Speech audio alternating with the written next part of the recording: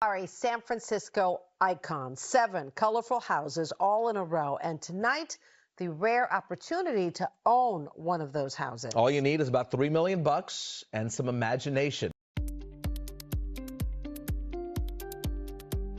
In 2014, I was on my regular door knocking route in the Outer Sunset District when I was 20, and I approached a house. There was a guy sitting on top of his stairs smoking a cigarette, and I gave him my door knocking pitch, and he told me that he was planning on selling his house at some point, and he already had an agent that he was pretty set on working with, but I was able to talk him into giving me his number and keeping in touch as he came closer to making a decision. And in 2016, I did end up getting the listing. He only owned half of the property because this was the family home that he grew up in, and so I met his sister as well and worked with her in the process of selling the home. And his sister's husband was a retired judge that worked at a mediation company, which is a pretty common job for a retired judge. They often get into that. And so I didn't deal with him a lot, but still had some conversations, and given his legal background, he wanted to at least have some awareness of what was going on with the deal.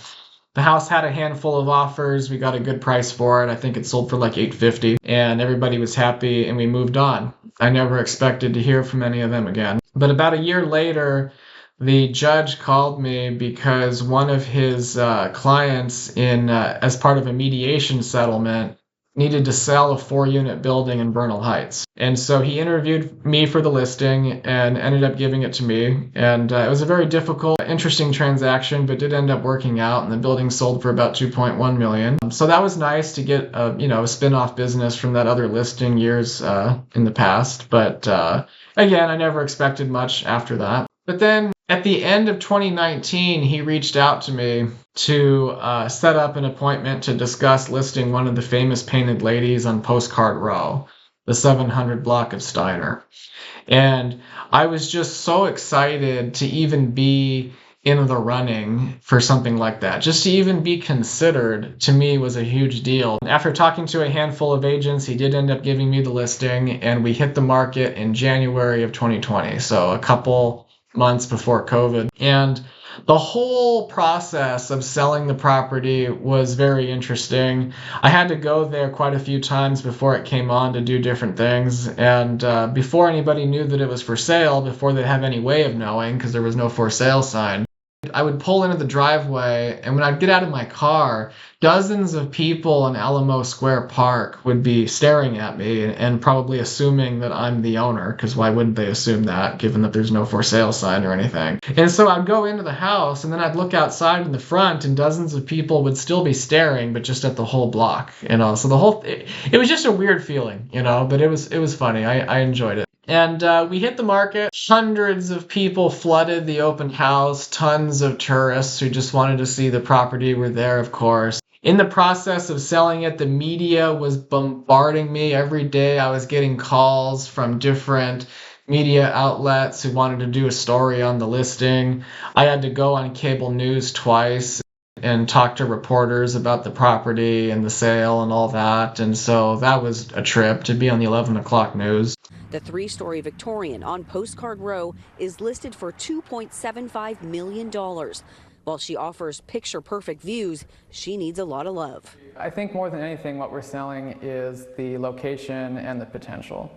Again, it's Postcard Row. It's not every day that someone has a chance to acquire a property right here.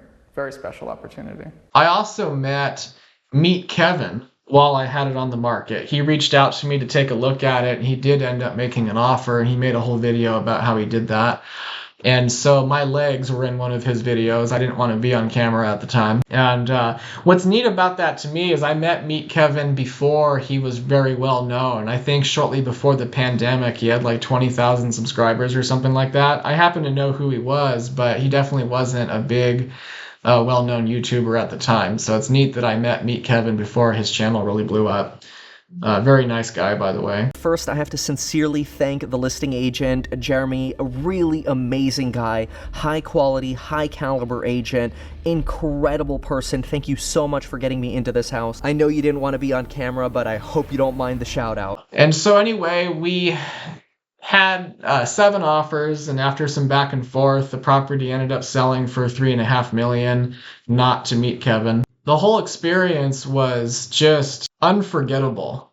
Just to have such a quintessential listing like that was a huge deal. And at the time, I recognized how insane it was to really be in that position, because I was 26 years old. There are only 7 properties on Postcard Row, and I think there's around 4,000 agents in San Francisco alone. And so the odds of getting a listing like that, no matter who you are, is very low. And then for someone like me to get it, it was even lower. 9 years before I had this listing, I was making $7.25 an hour, waving a Little Caesars pizza sign in Nampa, Idaho, wearing this dorky orange vest that said hot and ready on the back. And then less than 10 years later, I'm doing something like that. And what I love about the whole thing is I got the listing from door knocking in a blue collar neighborhood. I didn't get it because I hobnob at the St. Francis Yacht Club, or because I'm bumping elbows with people at the Hoity-Toity Society of Northern California. That's not a real thing. I just made that up. But my point is, it was, you could say, out of character. For me and somebody with my background and profile, and I still got the listing and everything worked out very well. And so it was a once-in-a-lifetime experience, and I love that it came from door knocking. People make a lot of assumptions, people are quick to make a lot of assumptions about the kind of agent who would have a listing like that. There was a lady who walked up to me. She walks up to me and she says, "Are you the listing agent?" And I said, "Yep." And she said, "You must be a relative of the owner." And so she's assuming that I just got the listing because I had some kind of connection that nobody else could have or pierce through. And so it was just funny how blatant her thoughts were. She wasn't hiding what she was thinking. And I'm sure a lot of other people were thinking it as well, but they were polite enough not to say anything. So anyway, that's the story of how I sold a world famous property and ended up on TV talking about it at 26 years old.